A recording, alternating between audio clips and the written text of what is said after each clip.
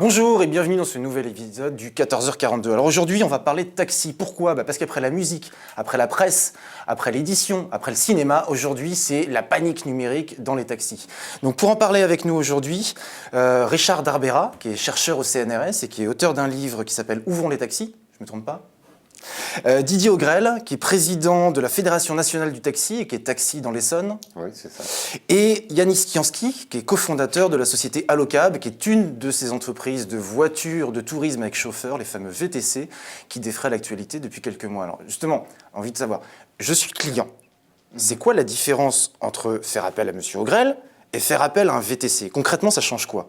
Alors c'est très simple. Déjà, vous allez pouvoir réserver une voiture à l'avance, et seulement à l'avance. Une voiture avec chauffeur à l'avance, c'est-à-dire que... Je ne peux pas héler un VTC dans la rue. Vous n'allez pas pouvoir héler un le VTC dans la rue. Le marché de la maraude est réservé aux taxis, c'est-à-dire prendre un client dans la rue, une bande de taxis, dans un aéroport ou une gare. La voiture de tourisme avec chauffeur se réserve uniquement, soit via une application mobile, ou soit sur un site internet tel allocab.com. D'accord. Et vous êtes combien ? Alors aujourd'hui, on a plus de 250 chauffeurs partenaires qui travaillent avec nous. Pour allocab.com. Pour allocab.com. À savoir aussi que la grande différence avec le taxi, c'est que le prix est défini au moment de la réservation. Donc c'est un prix forfaitaire. D'accord. Mais contrairement à ce que certains croient, c'est pas forcément moins cher que de passer par un taxi. En fonction du service, ça peut... Exactement. Alors surtout chez nous, on va travailler sur 3 gammes de services, de la classe économique à la première classe en passant par la classe affaires. On va dire que notre classe économique sera concurrentielle du taxi, alors que des classes affaires ou première classe seront légèrement plus élevées en termes de prix. Et de service. Et de service. Parce que concrètement, comme service, vous proposez quoi ? Alors voilà, on va proposer, alors déjà ce sont des belles berlines, toujours rutilantes, avec un chauffeur qui est en costume, qui va vous ouvrir la porte, qui va vous appeler monsieur, tout à fait, qui va vous installer à bord du véhicule, vous proposer éventuellement un rafraîchissement, une connexion Wi-Fi, un iPad, un chargeur de téléphone pour recharger la batterie de votre portable pendant le trajet. D'où le fait que parfois ça va coûter plus cher qu'un taxi, effectivement. C'est le service qui justifie le prix. Monsieur Augrel, alors c'est quoi le problème ? Pourquoi est-ce qu'il y a autant de taxis qui ont manifesté, qui ont bloqué, qui disent stop, on peut pas ? Pourquoi il y a autant de taxis qui ont manifesté ? Parce que ces personnes-là se positionnent sur le marché du transport de personnes à la demande qui était dévolu aux taxis. C'est-à-dire la fameuse maraude dont on parlait tout à l'heure, le fait de pouvoir héler un taxi dans la rue. Voilà, de plus quand pour nous, ce monsieur, je le respecte, mais il n'est pas VTC. Il est exploitant d'un système de mise en relation de clientèle avec donc des chauffeurs VTC. Il a bien employé le mot partenaire. Il n'a pas employé le mot. Il n'a pas usé du mot employé. Donc ce sont des partenaires. Leur système met en relation des plateformes avec des chauffeurs individuels. Des chauffeurs individuels qui sont soit des auto-entrepreneurs, soit qui ont créé leur entreprise individuelle. Ils ne sont pas salariés par les entreprises de VTC. Qui sont à 85% qui exploitent sous le statut de l'auto-entrepreneur. Ça, c'est faux. 70%, j'ai des sociétés qui travaillent avec moi, des professionnels du transport, issus de la grande remise pour beaucoup. Et effectivement, nous avons 30% d'auto-entrepreneurs que nous conduisons à partir de 6 mois d'activité vers un statut plus pérenne pour l'entreprise, soit une SASU, soit un artisan. En tant qu'auto-entrepreneur, quand on dépasse les 32 000 € de chiffre d'affaires par an, on ne peut plus être auto-entrepreneur, il faut créer son entreprise. Exactement. Et juste un mot que vous avez employé. On change de régime fiscal, pour être précis sur le point. Oui. On doit changer de régime fiscal et collecter la TVA. Voilà. Petite précision, vous avez employé tout à l'heure un mot qui est important, c'est grande remise. Et qui fait sens pour moi parce que ça explique ce pourquoi aussi vous avez des chauffeurs qui sont en livrée, enfin en costume. C'est quoi cette histoire de grande remise ? Alors, la grande remise, c'est l'ancêtre du VTC, donc de la voiture de tourisme avec chauffeur. Ça a toujours existé. C'est l'ancien statut. Avant, ça s'appelait grande remise. C'est à l'époque du Louvre où on différenciait selon l'importance du passager les voitures, donc qui étaient des cochers à l'époque, qui allaient se garer soit très proche de l'entrée ou soit plus loin. Et donc les voitures importantes avec des passagers importants avaient des espaces plus importants, c'était la grande remise. Et puis la petite remise, c'était les voitures de moindre importance avec des passagers moins importants. Voilà, c'est tout simplement de l'époque du Louvre. Ceux avec les passagers moins importants sont devenus les taxis, si je simplifie un petit peu. Et les grandes remises, alors il s'est passé un truc, c'est que les taxis, ça dépend du ministère de l'Intérieur, les grandes remises, ça dépendait du ministère du Tourisme, qui ensuite a été récupéré par Bercy, donc c'est 2 entités, 2 ministères différents. Et je crois que c'est à partir de 2010, on a vu apparaître, les grandes remises sont devenues les VTC, et c'est là où on a commencé à voir apparaître les premières immatriculations de VTC. Et où, en l'espace, aujourd'hui, on est à 7212, je crois, immatriculations d'entreprises. Il peut y avoir beaucoup plus de chauffeurs. C'est quoi, c'est 14 000 chauffeurs aujourd'hui, grosso modo? Ça a dépassé les 12 000, oui. Voilà. Ça a dépassé les 12 000 chauffeurs. Exactement. En comparaison, en taxi, chauffeur en France, Oui, en France. combien à Paris? J'ai pas le chiffre sait pas, exact. On sait pas. Il y a un rapport de l'autorité de concurrence parlait de 6-7 000 voies de VTC à Paris. En termes de taxis, moi les chiffres que j'ai, c'est 20 400 taxis à Paris. Là on parle bien à Paris. 20 400 taxis à Paris et 17 636 licences. Virtuels, j'imagine. Comment? En comptant les taxis virtuels, parce que c'est une invention française, on a des taxis virtuels à Paris. C'est quoi des taxis virtuels? C'est des taxis qui ne sont pas des voitures, c'est des taxis, je vous explique, je crois qu'il y a 16 385 taxis ou quelque chose comme ça à Paris, en ce moment des vrais véhicules. Alors ensuite, comme il y a un manque d'offres, le gouvernement a promis aux Parisiens qu'il allait augmenter le nombre de taxis. Mais il les a augmentés virtuellement. Alors d'abord, on a créé 600 taxis, simplement en réservant un axe aux taxis et aux autocars sur l'autoroute A1. On a dit ça va faire gagner du temps aux taxis qui descendent de Roissy. Allez, ça doit faire dans les 600 taxis, ou peut-être 800, je ne me rappelle plus le chiffre. Ensuite, on dit, on va changer les horaires, on va demander aux taxis de travailler aux heures de pointe. Oh, ça c'est encore comme si on mettait 600 licences de plus, ou 800, et hop, c'est du taxi virtuel. Après, on a dit, on va autoriser le doublage, c'est-à-dire qu'on va donner à certaines entreprises le droit d'utiliser le taxi avec 2 chauffeurs. Il faut savoir pour mémoire que les taxis... 2 chauffeurs, un la journée, un la nuit? Par exemple. Il faut savoir qu'à New York, les taxis ont en moyenne 4 chauffeurs. C'est-à-dire les taxis roulent. Il y a un peu moins de taxis qu'à Paris, mais ils sont toujours sur la route. En France, et à Paris en particulier, les taxis dorment avec leurs chauffeurs. Ils vont à la plage en vacances avec leurs chauffeurs. Donc ils sont beaucoup moins présents dans les rues. Mais malgré tout, on a quand même créé, je ne sais pas, peut-être à nouveau 600 taxis virtuels en autorisant 600 doublages, je crois. Donc le vrai chiffre des taxis à Paris, c'est en tout, les véhicules qui existent, c'est de l'ordre de, je ne sais pas, 16 635 ou quelque chose comme ça. Moi j'avais 17 636 licences. Oui, voilà. On reviendra sur les licences tout à l'heure. Alors, pour mesurer, dans un rapport de l'autorité de concurrence, il disait qu'à Paris, il y a 3 taxis par habitant. À Londres, il y a 9 taxis par habitant. À New York, il y a 11 taxis par habitant. Et ce à quoi, tout à l'heure, M. Augrel, vous me faisiez remarquer que ce n'est pas forcément une bonne façon de présenter la chose. C'est pas une bonne façon de présenter les choses, puisque Paris a un rayon d'action de 480 km² et le Grand Londres a un rayon d'action de 15 800 km. Mais il y a la grande banlieue aussi parisienne. Il y a plein de taxis qui font des trajets Paris-banlieue, ne serait-ce que pour aller aux aéroports. Quand vous comparez la grande couronne de Londres et pourquoi la petite couronne de Paris et la grande couronne de Londres? Non, on ne compare pas la petite couronne de Paris et la grande couronne de Londres. On compare l'effectif de taxis qui sont mis par rapport à une zone géographique desservie. Il est évident que pour 15 000 km², vous avez besoin de beaucoup plus de voitures que pour 480. Même si vous rajoutez l'Île-de-France, on est loin de faire le ratio du Grand Londres. En attendant, moi ce que je constate, c'est qu'en voyant les chiffres, par ailleurs, à New York et à Londres, il y a entre 50 000 et 60 000 VTC. Et là-bas, il n'y a pas de grève de taxis qui disent qu'ils sont en train de piquer notre... J'ai l'impression qu'à Londres et à New York, il y a une coexistence pacifique qui existe entre... Il y a plus de taxis à New York et Londres, il y a beaucoup plus de VTC qu'il y en a à Paris. Apparemment, il n'y a pas de problème là-bas et il y en a un ici. Qu'est-ce qui fait qu'en France, et à Paris en particulier, il y aura un problème de cohabitation entre les deux? Il y a un problème de cohabitation, c'est parce que chaque métier a son règlement qui est dévolu. Au jour d'aujourd'hui, les taxis sont soumis à une réglementation stricte, assez draconienne, avec beaucoup de contraintes.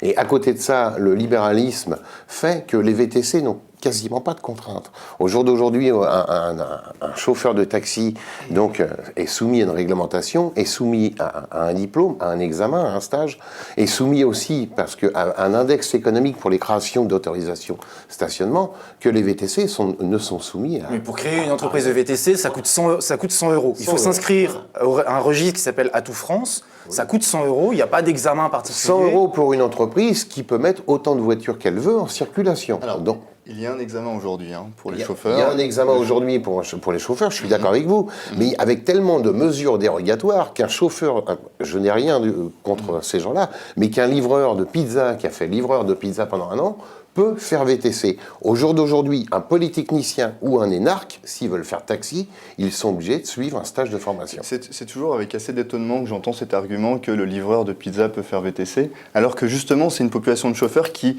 arrive à capter une clientèle et la fidéliser par un service qui est absolument extraordinaire et les clients en redemandent. Alors pourquoi sont-ils si bons? Alors dans certaines de vos rhétoriques que vous faites sur les plateaux de télévision, vous dites aussi que 40% des VTC sont issus de la profession de chauffeur taxi. Alors expliquez-moi pourquoi que quand ils étaient taxi, ils étaient mal aimables, ils étaient vindicatifs, ils étaient sales, ils étaient peu courtois, et que du jour où on leur met une petite cravate, ils deviennent les meilleurs chauffeurs du monde. C'est absolument pas ce que j'ai dit. J'ai pas dit qu'ils étaient sales et vindicatifs, j'ai dit qu'effectivement, peut-être dans la formation de taxi, il y aurait quelques améliorations à apporter, et ça c'est même pas moi qui le dis, je ne fais qu'écouter les clients et les sondages.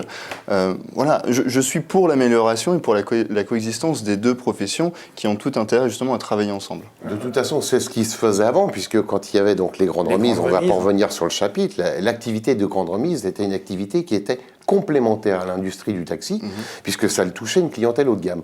Au jour d'aujourd'hui, avec la déréglementation qui se fait, avec des gens qui se positionnent sur le même marché que les taxis, c'est là que ça crée un conflit. Je comprends pas bien. Je comprends pas bien parce que vous avez dit la réglementation est beaucoup plus stricte pour les taxis que pour les VTC, mais c'est vrai également en Angleterre, c'est vrai également à Londres. Je dirais même que à Londres, à Londres, ils ont les taxis et les minicabs ont une réglementation quasiment similaire. Alors, on parlait par exemple de la qualification. Être chauffeur de taxi noir à Londres, ça demande une qualification qui va bien au-delà de la qualification des chauffeurs de taxi parisiens. Aux contraintes qui pèsent sur les minicabs de Londres, je crois qu'elles sont très différentes des contraintes qui pèsent sur les VTC de Paris. En particulier, à Londres, on ne leur impose pas une longueur déterminée, on ne leur impose pas une puissance déterminée, on ne demande pas que leur chauffeur ait travaillé dans le tourisme, etc.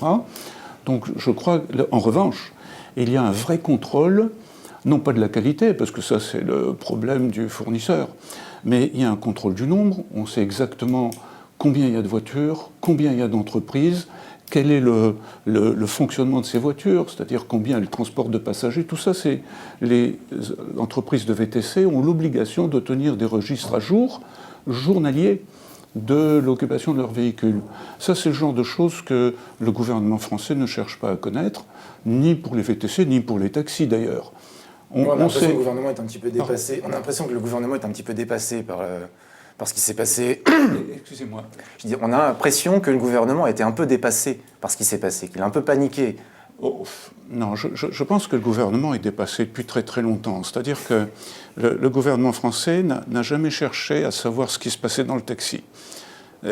À Londres, à New York ou à Stockholm, dans toutes les villes que j'ai étudiées, le gouvernement sait exactement combien il y a de taxis dans le pays.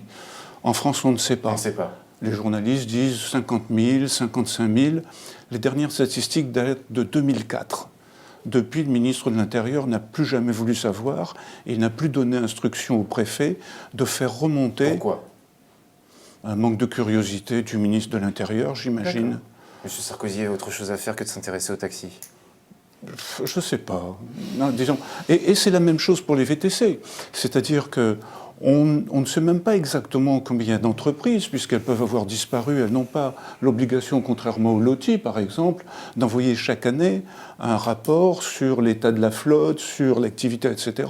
On sait qu'il y a 75, ce qu'on appelle les beurs, qui sont les policiers chargés de s'occuper des taxis, des VTC, des sociétés de transport. Ils sont 75 à Paris. Ah non, mais ça, c'est autre chose. Ça n'a rien à voir. Ça, c'est le contrôle dans la rue. Donc, c'est pour regarder si le taxi respecte... Vous parlez de statistiques pour savoir est-ce que la flotte de taxis est suffisante pour gérer les problèmes de transport Moi, je parle de la gestion économique du secteur. Donc en France, on n'a pas de gestion économique du secteur, tout simplement parce qu'on ne veut pas le connaître. Par exemple, à New York, en ce moment je suis en train d'étudier un rapport sur le Danemark. Le gouvernement danois voit arriver ce problème de concurrence entre taxis et VTC. Les taxis sont en nombre limité au Danemark. Il voit arriver les nouvelles technologies et il a peur de louper le passage dans les nouvelles technologies. Donc il a fait faire un rapport qui fait 300 pages, qui est très bien fait. Malheureusement, il est écrit en danois, mais avec Google, j'arrive à savoir ce qu'il raconte. Et ce qu'on voit là-dedans, c'est que le gouvernement connaît le chiffre d'affaires des taxis. En France, on ne sait pas. Ah ben, on en a absolument... Alors Oui, là, en plus, il y a plein de courses qui hors sont de payées question, quand même. en C'est liquide. C'est Ouais. très indiscret, là, ce que vous... Ça ne se fait pas en France. Alors que dans les VTC, on ne paye pas en liquide, on paye en carte. Ou on peut payer en Toutes les liquide. courses effectivement qui transitent via des plateformes sont payées en carte, oui. Oui, parce qu'on paye quand avant, vu que on connaît le prix de la course. Donc quand même, Chez avant de leCap.com, monter sur oui. dans le VTC. Exactement, on paye avant. Pour en revenir à cette histoire d'image, parce que c'est fondamental, on a Anne-Sophie Jacques qui a fait un reportage pour Arrêt sur Image sur comment les médias ont parlé de cette histoire de taxi VTC, et grosso modo, la quasi-totalité des reportages, notamment à la télévision, c'était les taxis, c'est ringard, les VTC, c'est sexy, c'est jeune, c'est moderne, c'est... Et vous avez vous-même reconnu qu'en termes de com, ils avaient gagné la bataille de la com, Bien sûr. mais vous en pensez quoi de cette mauvaise image? Parce qu'on en discutait tout à l'heure avec Daniel Schneiderman, on n'a pas eu de problème particulier avec des taxis. Il y a à peu près un peu moins de 20 000 chauffeurs de taxi à Paris, il y en a 600 qui passent en commission de discipline par an, ce qui n'est pas énorme, mais quand même un pourcentage qui n'est pas complètement anodin, mais ce n'est pas non plus 10% des taxis qui seraient mal rasés et mal polis. Oui. Ça vient de la qualité de la formation qui est certainement à revoir, donc au centre de formation de se remettre en cause. Ça vient aussi du turnover important de la population de taxi dans les salariés, dans les locataires. Donc mais sinon, si vous prenez moi je parle du taxi en général, parce qu'une fois de plus, on fait du nombrilisme, on parle de Paris. Paris, c'est 20 000 exploitants. Il y en a 55 000 en France, donc il y en a quand même 35 000 qui sont en dehors de Paris, qui font leur métier, qui travaillent pour la plupart par système de réservation de clientèle et au téléphone. Pensez-vous que si les taxis dans leur globalité étaient mal aimables et étaient ce que tout le monde décrit, les gens continueraient à travailler, les gens iraient autre part. Donc la plupart des taxis fidélisent leur clientèle, donc c'est à la prise à la volée dans la rue qui peut se passer des problèmes. Alors, on a tous entendu parler d'un taxi qui était pas content sur la qualité de la course, qui rouspétait, qui mettait la radio fort. Mais bon, il existe, de toute façon, comme vous l'avez dit, il existe des sanctions applicables à tous ces gens-là. Les gens portent plainte, ça ira mieux. Bon, il y a un problème de formation, mais il y a aussi la mauvaise image qui a été véhiculée malheureusement par les médias, alors que je pense que la profession, globalement, est plus à avoir une vraie qualité de service que le reste. Monsieur Barbara. Moi, je pense qu'il faut faire une distinction très très nette entre les taxis parisiens et les taxis de province. C'est radicalement différent. Monsieur vient de parler de fidéliser la clientèle. On ne peut pas imaginer un taxi parisien qui veut fidéliser la clientèle. Parce que la clientèle, elle arrive par le téléphone, ou elle est dans la rue, on ne sait pas. En revanche, les taxis de province, et en particulier les taxis en dehors des très grosses villes comme Lyon, Bordeaux, etc., et même d'ailleurs à Lyon-Bordeaux, mais à l'extérieur, eux, ils ont une clientèle fidèle. Et la relation est totalement différente. Ouais. Donc c'est bien deux choses. Confiance et de quartier. Et ils ont des problèmes aussi graves, mais différents. Aussi graves, c'est-à-dire le vrai problème qu'ils ont, c'est ce qu'on appelle la taille de la zone de prise en charge. C'est-à-dire qu'un taxi, normalement, n'a le droit de prendre des clients qu'à l'intérieur de sa commune. Et c'est petit, une commune en France, c'est minuscule. Les zones de prise en charge dans les autres pays européens sont 10 fois, 100 fois, 1000 fois plus grandes.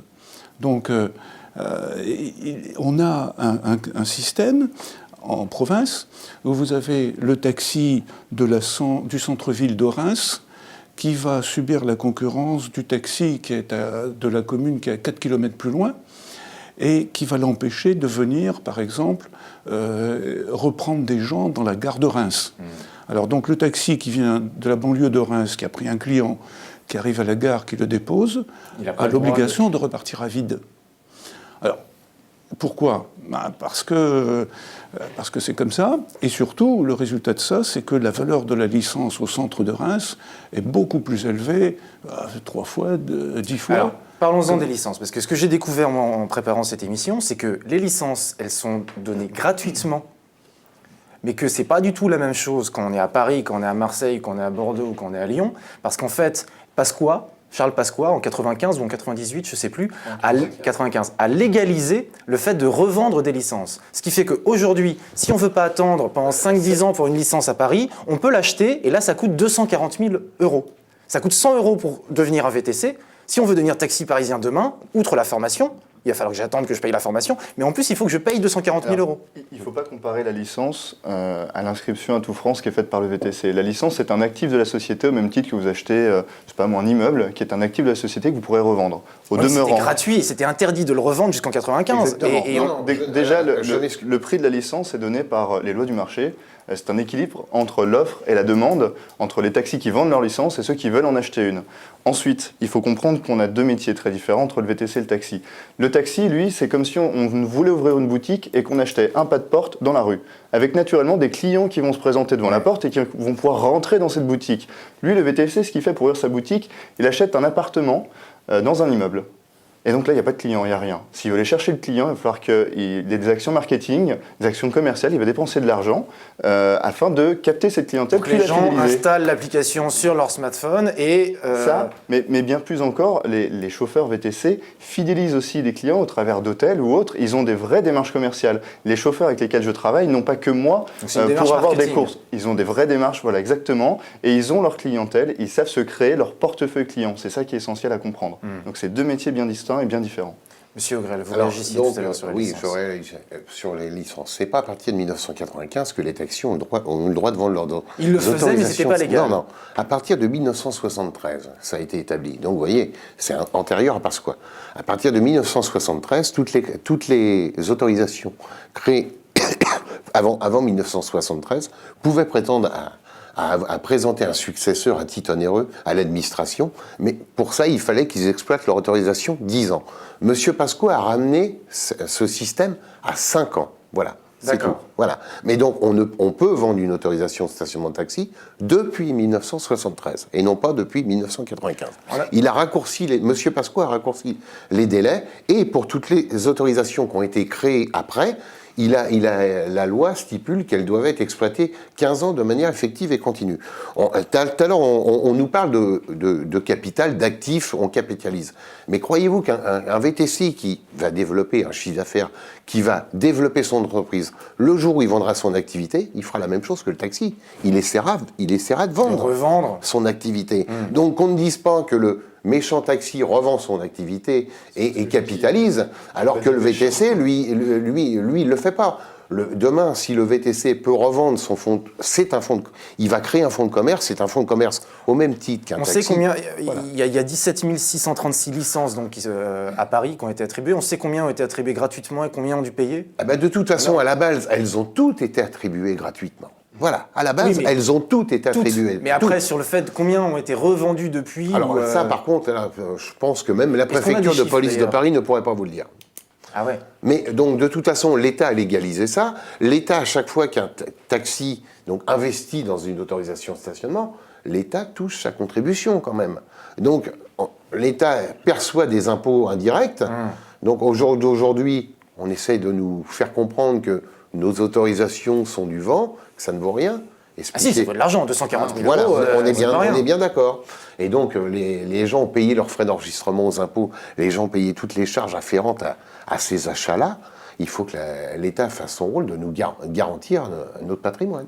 Monsieur Darbera, est-ce que vous pouvez m'expliquer et revenir sur ce que vous me disiez l'autre jour sur les cartons poussiéreux de la rue Morillon? Vous me disiez que vous aviez trouvé des chiffres et des licences au fond de carton poussiéreux. C'est-à-dire que quand vous vous renseignez sur Londres et New York, vous allez sur un site internet, puis il y a tous les chiffres, alors qu'à Paris, il faut aller rue Morillon. Alors qu'est-ce qui se passe rue Morillon? C'est là qu'on enregistre, c'est-à-dire depuis la loi Pasqua, les préfets... La loi Pasqua, c'est un peu plus compliqué que ça, parce qu'il a également rendu négociables des licences qui étaient réputées non transférables. Donc il y a ça aussi qu'il est bon de ne pas oublier. Bon, mais oui, je disais que depuis Pasqua, les préfets ont l'obligation d'enregistrer toutes les transactions. Donc, et de relever le prix, qui a racheté etc. Combien voilà, à qui? Exactement. Donc, mais ça existe dans la plupart des villes où il y a à New York par exemple, où il y a des licences transférables. Donc ça, à la différence de ce qui se passe à New York, à Paris, ça n'existe pas à Londres, tout simplement parce que les licences n'existent pas. C'est-à-dire que si vous voulez une licence d'un véhicule, vous l'avez demain. En revanche, il vous faut trouver un chauffeur. Et les chauffeurs, c'est rare parce que leur qualification est très compliquée. Donc vous pouvez revendre une licence de taxi pour rien du tout, parce qu'il est facile d'en avoir. Mais dans les pays où il y a un numerus clausus, comme à New York ou à Paris, il y a l'obligation d'enregistrer les licences. Voilà. La différence entre Paris et New York, c'est que à New York, on a sur Internet toutes les licences. Chaque mois, on met sur le site Internet de la Taxi and Limousine Commission le nombre de licences vendues et pour chacune d'elles, à quel prix elle a été vendue. Ces choses-là existent également à la préfecture de police de Paris, mais c'est des papiers qui sont dans des caisses, qui sont dans des archives. Donc c'est assez difficile, il n'y a pas de relevé statistique de ces données et c'est très regrettable. Donc on ne peut pas avoir les chiffres exacts. Si on est Enfin si, il faut aller là-bas, fouiller dans les cartons, mais on ne peut pas travailler sur une base de données. Il faut aller là-bas, demander poliment qu'on vous sorte les cartons et passer une semaine à la préfecture pour compulser tous les cartons et mettre ça sur un fichier Excel. Et donc là, vous confirmez le chiffre de 240 000 €, c'est à peu près aujourd'hui le chiffre de cession des... J'ai consulté les chiffres de l'année en cours. Oui, alors, mais le truc très bizarre, c'est que vous avez des licences à 240, le lendemain vous en avez à 230, le surlendemain vous en avez à 100 000 €, pas plus. 100 000 €? Ouais, il y a des variations comme ça que je n'ai pas réussi à m'expliquer. Et par contre, à New York, ça peut aller jusqu'à 500 000 $. Ah non, beaucoup plus. Là, en ce moment, à New York, on est dans 1 200 000 à peu près. 1 200 000 $ pour une licence, sachant que là-bas, il y a 60 000 VTC en plus. Ouais. Et qu'il y a beaucoup plus de taxis qu'à Paris. Non, il n'y a pas plus de taxis, il y a plus de chauffeurs. C'est-à-dire plus de chauffeurs, voilà, c'est ça la différence. Il n'y a pas plus de voitures et plus de chauffeurs. C'est peut-être aussi parce qu'ils roulent beaucoup plus que les taxis ont de licence. Parce que comme la licence est attachée au véhicule, si le véhicule roule 4 fois plus, il n'est pas extraordinaire qu'il ait une valeur 4 fois plus élevée. Il y a beaucoup moins d'embouteillages à New York qu'à Paris? Non, on nous raconte cette histoire d'embouteillage de Londres, Paris, New York, etc. Si on prend la circulation dans la zone de prise en charge, c'est-à-dire à Paris, l'ancien département de la Seine, c'est-à-dire Paris, Petite Couronne, à New York, c'est Greater London, à Londres, c'est Greater London, à New York, c'est City of New York, c'est-à-dire les 5 boroughs, les conditions de trafic sont à peu près les mêmes. D'accord. Mais est-ce qu'on sait que, vu qu'il y a plus de véhicules là-bas en comptant les VTC qu'il y en a à Paris, est-ce qu'on sait si ça a permis de fluidifier le trafic ou pas? Le fait qu'il y ait plus de VTC et de taxis? Non, parce que le gros du transport urbain dans ces villes, dans ces 3 villes, c'est les transports collectifs. La voiture, c'est marginal, surtout quand on est là où il y a les taxis, c'est-à-dire plutôt dans le centre. Donc dans le centre, la voiture, c'est pas le mode de transport principal. Monsieur Grell, vous vouliez réagir sur l'histoire des licences? Oui, j'ai entendu le mot numerus clausus. Il n'y a jamais eu de numerus clausus. Les créations d'autorisation de stationnement sont liées à un index économique qui va en fonction de l'activité. Chose qui n'est pas faite pour les VTC. Donc dire qu'il y a... En fonction de l'activité des taxis ou En fonction de l'activité touristique, il y a pas mal de paramètres qui rentrent en ligne de compte. Sachez que dans tous les départements de France, il est créé régulièrement des autorisations de stationnement. Y compris à Paris, là il en a été créé 800. Alors après, c'est des batailles de chiffres, tout ça. Mais je pense que le mot numerus clausus est à proscrire. Voilà. Je suis absolument pas d'accord. C'est pas parce que vous allez indexer la définition d'un mot sur une composante économique que, in fine, vous n'avez pas un nombre à ne pas dépasser. Et la définition stricto sensu d'un numerus clausus, c'est j'ai un nombre que je n'ai pas le droit de dépasser en termes de licence. Donc on a bien un numerus clausus, indépendamment du fait que ce soit des patates et des choux rajoutés à de l'économie derrière. Si vous prenez globalement tous les ans en France, il y a plus d'une centaine d'autorisations de stationnement qui sont créées. C'est ce qu'on appelle un numerus clausus qui évolue de plus 100 chaque année. En plus, c'est du vent. Je veux dire que la formule n'a pas été... Non, monsieur. Alors peut-être sur Paris, la Petite Couronne, la zone desservie par la préfecture de police de Paris, mais je vous garantis, qu'en France... Pour Paris, la Petite Couronne, l'utilisation de la formule, c'est du vent. Parce que si on avait utilisé la formule depuis qu'elle a été mise au point, je crois, en 2003, on aurait un nombre de taxis, j'ai pas refait le calcul récemment, mais de l'ordre de 25 000. Donc, on n'a pas utilisé. Alors qu'aujourd'hui, on a 20 400 taxis, sachant qu'il y en avait 20 000 dans les années 30. 21 000 dans les années 30. Il faut dire aussi sur Paris, par rapport à Londres et par rapport à New York, c'est qu'on a quand même le meilleur réseau de transport en commun. On a la toile d'araignée des bus qui est dessinée à Londres ou à New York. Et il y a des bus, il y a des métros, mais il y en a quand même beaucoup moins qu'à Paris. À New York, le métro n'est pas du tout sécure, donc les gens ont tendance à prendre justement les taxis parce que voilà, donc il faut comparer la globalité du système de transport sur l'Île-de-France. Je pense que malgré tout, la France peut... Je suis désolé. C'était l'argument de M. Rousselet qui a été publié récemment. M. Rousselet, qui est PDG donc, de G7. Voilà. Et c'est faux. J'ai regardé les statistiques. Le nombre de déplacements que les Parisiens... Alors, à nouveau, il faut bien prendre des choses comparables, comme le dit M. Rousselet d'ailleurs. Il faut prendre la zone des taxis. Donc, si on regarde l'utilisation des transports collectifs par la population de la zone des taxis de New York, de Londres et de Paris, c'est à Paris qu'on utilise au moins les transports collectifs, les New-Yorkais, en nombre de voyages par habitant de plus de 18 ans. C'est par habitant et par jour. Donc à New York et à Londres, les gens utilisent plus ce transport collectif qu'à Paris.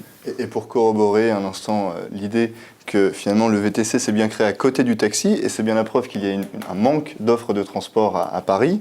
Monsieur Rousselet aussi dit que son chiffre d'affaires n'a pas bougé entre 2012 et 2013, ce qui est assez formidable, on ne lui a pas pris de part de marché. Donc on est bien venu se développer à côté. Ce qui concurrence le plus, effectivement, au niveau de G7, c'est l'activité avec les abonnés, avec les entreprises et tout ce qui est VIP, qui est précisément le créneau des VTC. C'est-à-dire que c'est pas le taxi de la maraude qui est le plus concurrentiel par rapport au VTC. Je voudrais qu'on parle un petit peu maintenant de la réaction du gouvernement. Parce que j'ai pas exactement compris comment on en était arrivé à 15 minutes. Le gouvernement a donc demandé à ce que les VTC arrivent avec 15 minutes de retard, ce qui entraînait une salve de tweets et un site web qui ont été lancés par les entreprises de VTC qui disaient à partir de demain, le courrier postal va arriver avec un jour de retard. Bon. Et là, il y a eu toute une bataille de communication autour de ces 15 minutes de retard qui ont été retoquées par l'autorité de la concurrence, qui a considéré que c'était pas normal, que c'était une atteinte à la concurrence et qu'au contraire, les VTC, c'était très bien pour le développement économique du secteur. Le gouvernement a insisté. Ensuite, le Conseil d'État est revenu derrière en disant non, c'est pas bien,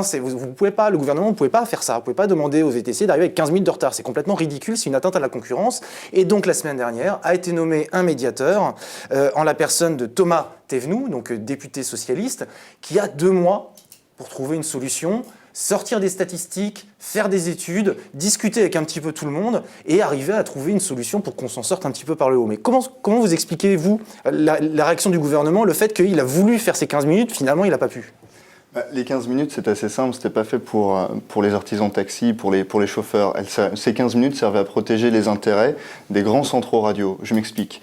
Quand on est une entreprise et qu'on met en relation des passagers avec des chauffeurs, indépendamment du fait qu'on soit VTC ou taxi, on a 2 marchés à servir dans l'entreprise. D'une part, on a la réservation à l'avance pour le voyage d'affaires en direction des gares et des aéroports, et d'autre part, on a la réservation dite immédiate ou dès que possible. J'ai besoin maintenant tout de suite d'une voiture avec chauffeur. Ces 15 minutes nous empêchaient, nous, VTC, de pouvoir fournir ce deuxième service. Quand j'adressais une entreprise, ils me disaient très bien, la réservation à l'avance, vous savez faire, on est très serein. En revanche, si je veux partir là, maintenant, tout de suite, sous 15 minutes, vous savez faire, eh bien non. On ne peut plus, on a un décret qui nous En interdit. moyenne, le temps d'attente pour un VTC, c'est entre 5 et 8 minutes. Voilà, exactement. Monsieur Faugrel, comment vous voyez ce... Alors déjà, à chaque fois vous parlez de VTC, moi je parle donc pour ces messieurs, que ce sont des entrepreneurs et qui mettent en relation donc des VTC avec une clientèle. Les 15 minutes ont été créées pourquoi ? Pour simplement faire appliquer la loi qui existe. Au jour d'aujourd'hui, seuls les taxis sont autorisés à stationner sur la voie publique en attente de clientèle. Donc, c'est-à-dire que les autres véhicules ne sont pas autorisés à faire ça. Donc, il nous semblait que 15 minutes entre le moment de la réception de l'appel et le moment de l'intervention, c'était plus que raisonnable. La haute autorité de la concurrence l'a pas compris dans ce sens-là, a zappé le fait que nous étions que les seuls à avoir le droit de stationner sur la voie publique en attente de clientèle. Parce que ce que vous expliquiez également tout à l'heure, avant la préparation de l'émission, c'est que du temps des grandes remises, les grandes remises, donc on les appelait, elles allaient chercher le client, elles l'amenaient, ensuite la grande remise retournait au garage, et puis après, elles repartaient. Sauf qu'aujourd'hui, avec les smartphones, ça change tout. Parce qu'effectivement, il y a une demande plus importante par rapport à ceux qui sont devenus donc les VTC, et que les VTC ne rentrent plus au garage avant de prendre un nouveau client. Effectivement, à l'époque des dinosaures, on n'avait pas de géolocalisation. Donc on envoyait un fax. C'était Louis XIV. C'était Louis XIV. Voilà, on envoyait un fax. C'est un temps, je dis fax, c'était pas Louis XIV non plus, mais où on téléphonait au garage de la grande remise, et puis le premier chauffeur qui revenait, boum, repartait. Et c'est comme ça qu'on avait d'ailleurs un système d'abeilles que beaucoup de compagnies de taxi s'appellent les abeilles, puisqu'il y avait système de ruche, où finalement l'abeille repart et revient, etc. Maintenant, on a effectivement affaire à des belles technologies qui nous permettent de géolocaliser les chauffeurs. Quand un chauffeur dépose un client, il a plusieurs choix. Soit il va commencer effectivement à repartir chez lui, ou alors aller boire un café pour se reposer, ou alors à nettoyer sa voiture, aller au car wash, ou alors à y mettre de l'essence. Et c'est pendant ce moment-là qu'une nouvelle course va arriver. D'accord. Monsieur Derbera, comment vous avez vu, parce que vous, ça fait des années que vous travaillez sur les taxis, et là, ce sujet-là, ça fait la une de l'actualité. Oui. Remarquez, ça fait souvent la une de l'actualité quand même. À nouveau, je suis un peu gêné parce qu'il y a deux choses très très différentes. C'est le taxi des villes et le taxi des champs. Là, en ce moment, on parle du taxi des villes. Et à propos du taxi des villes, la raison pour laquelle le Danemark a fait faire cette grosse étude, c'est parce qu'ils se rendent compte que le taxi tel qu'on le connaît n'a plus de raison d'être. C'est-à-dire que la seule justification économique du taxi tel qu'on le connaît, avec taximètre, avec voyant lumineux sur le toit, c'était quelque chose qui existait à l'époque où la seule manière d'avoir une voiture sur la place publique, c'était de lever la main en espérant la voir passer. Ça, c'était avant l'arrivée des smartphones avec géolocalisation. À partir du moment où vous avez ça, vous n'avez plus besoin de lever la main pour attraper un taxi. Donc vous n'avez plus besoin de voir dans la circulation s'il y a un voyant lumineux dessus, libre ou pas libre, etc. La voiture que vous appelez vient. La deuxième chose qui caractérise le taxi, c'est le taximètre. Le mot taxi vient de taximètre. C'est le compteur. Le compteur. C'était l'obligation de suivre un prix administré, parce que justement, dans le taxi d'autrefois, la concurrence par les prix ne pouvait pas fonctionner. Sinon, il y avait les taxis se battraient entre eux, et puis, ou alors quand il y en avait peu, le premier qui arrivait pouvait vous rançonner. Donc, pour éviter ça, dans tous les pays du monde, les taxis d'autrefois avaient un prix qui était administré. Aujourd'hui, avec les technologies, c'est plus nécessaire non plus. Donc on sait qu'on est quelque part, on n'a pas levé la main, on n'a pas regardé s'il y a des véhicules autour de soi, on a simplement à ouvrir son smartphone, à dire je veux une voiture, et on voit s'afficher des voitures à des prix différents. Je peux prendre une voiture de monsieur, je peux prendre une voiture de ses concurrents, je connais leurs prix, ils sont affichés sur mon appareil. Pas besoin de taximètre, pas besoin de voyant lumineux. Sous la pluie. Donc, et voilà. Non, mais surtout, ce que je veux dire, c'est qu'on n'a plus besoin de cette régulation qui disait le taxi, c'est un véhicule qui a un taximètre, qui a un chauffeur, qui a telle qualité, etc. Parce que même ça, avec le système... Tout ça, je parle du potentiel. Je ne dis pas que ça existe exactement maintenant, mais rien ne l'empêche maintenant. Parce qu'on peut noter le chauffeur, tout simplement. Donc, on a sur l'iPhone, on voit apparaître différents services qui vous sont proposés à différents prix, avec des chauffeurs qui ont des notes plus ou moins bonnes, et vous choisissez là-dedans. Vous n'avez plus, comme avant, la surprise d'avoir un mauvais chauffeur qui expliquait pourquoi il y a les BOER. Il y avait les BOER justement pour éviter qu'il y ait des mauvais chauffeurs qui ne refusent des prises de clients, etc. Monsieur Drell, c'est vrai que le portrait que dressent des nouvelles formes de taxi, c'est séduisant, non? Mais le compteur donc, qui détermine le prix d'une course est aussi un gage d'un prix maximum à payer, et non pas d'envolée, puisqu'on s'aperçoit que les VTC adaptent la tarification en fonction de l'offre et de la demande. Il y a eu quand même un petit scoop l'année dernière avec Valérie Damido qui, pour 6 km, a dû payer 90 €. C'est 6 km en taxi. Et le fait de noter le chauffeur, vous voyez ça comment? Le fait de noter le chauffeur, ça se fait dans beaucoup de centraux radio. Le client, il ne le sait pas. Quand il aide un taxi... Sur les notes que les taxis délivrent, il est obligé de marquer un service de réclamation. C'est dans les textes, c'est dans la loi, c'est dans les conditions. C'est dans tous les taxis, c'est marqué. Voilà, dans tous les taxis, c'est marqué. Les gens qui ne sont pas contents peuvent se plaindre. Oui, mais on ne sait pas exactement. Quand on rentre dans un taxi, on ne sait pas... On les invite à se plaindre. On les note, les chauffeurs de... Oui, on les note sur 4 critères, les chauffeurs partenaires de lecap.com. Le premier critère, c'est la courtoisie. Ensuite, la présentation, la sécurité, la ponctualité. Je voudrais revenir sur le prix... Qui les note? Le client. Voilà, c'est ça la différence. C'est-à-dire que vous avez une information permanente qui arrive aux centrales sur comment s'est comporté le chauffeur. Alors, généralement, c'est des critiques positives, bien sûr. Et les notes sont publiques, on le voit sur Oui, sur les tout à fait, tablettes. oui. Quand vous réservez, ensuite, vous avez la moyenne des notes du chauffeur. Vous êtes D'accord. capable de voir quelle note il a. Je voulais revenir sur le fait que Il nous reste 2 minutes. 2 minutes. Alors, en 2 phrases, les prix des taxis sont plafonnés. Il faut voir que les grands centraux radio augmentent artificiellement les prix des taxis par des commissions qui vont facturer aux clients qui sont les entreprises et qui sont reversées soit aux chauffeurs ou soit à la centrale radio. Des commissions supplémentaires. Donc, c'est une façon artificielle de tromper le taximètre et d'augmenter les prix. Il y a un autre truc, c'est Nicolas Collin, qui est inspecteur général des finances, qui lui a expliqué l'ancien système de taxi, c'est un taxi qui va s'endetter pour acheter une licence 240 000 €, qui va devoir rembourser pendant 10 ans, travailler 16 heures par jour. Les nouveaux, les VTC, c'est des gens qui vont aller voir des capitaux risqueurs pour avoir 240 000 €, qui vont pouvoir rembourser en 2-3 ans, ils ne seront pas endettés. Et on a l'impression qu'il y a un ancien monde et un nouveau monde. Non, parce que vous avez comparé la population des chauffeurs avec la population des centrales radio. Enfin, ou des centrales VTC, et c'est pas du tout Centrale comparable. VTC, effectivement, il ne conduit pas. Voilà. Je ne la conduis voiture. pas, Vous mais en conduisez pas revanche, la je suis un voiture. éditeur logiciel et je mets en relation des chauffeurs et des passagers. Et je n'ai Vous pas levé attendez de quoi fonds. de la nouvelle mission de... Nous attendons que le gouvernement prenne ses responsabilités et définisse une règle du jeu qui soit commune. On ne peut pas laisser se créer des VTC en veux-tu, en voilà à foison.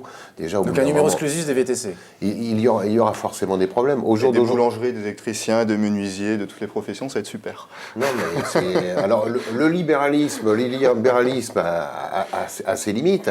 Oui, Si on veut paupériser toute une profession, il y a pas de problème. Créons-en. Aujourd'hui, les Ça fonctionne 55 dans les boulangeries, comment vous Aujourd'hui, l'expliquez? ça fonctionne dans les boulangeries. Avant de s'implanter, il y a des études de marché qui sont faites. Tout le monde. Bien voilà, vous avez Et là, la apparemment, réponse. d'après Il faut M. faire Barbera, on pareil. n'a pas les statistiques. Au jour On n'a pas les chiffres. d'aujourd'hui, il y a 55 000 entreprises de taxis qui vivent en France, qui payent à hauteur de 700 millions d'euros dans les caisses des régimes sociaux, alors que les VTC, dans leur globalité, je parle, sont sous le statut de l'auto-entrepreneur et ne payent quasiment rien comme charge. C'est faux.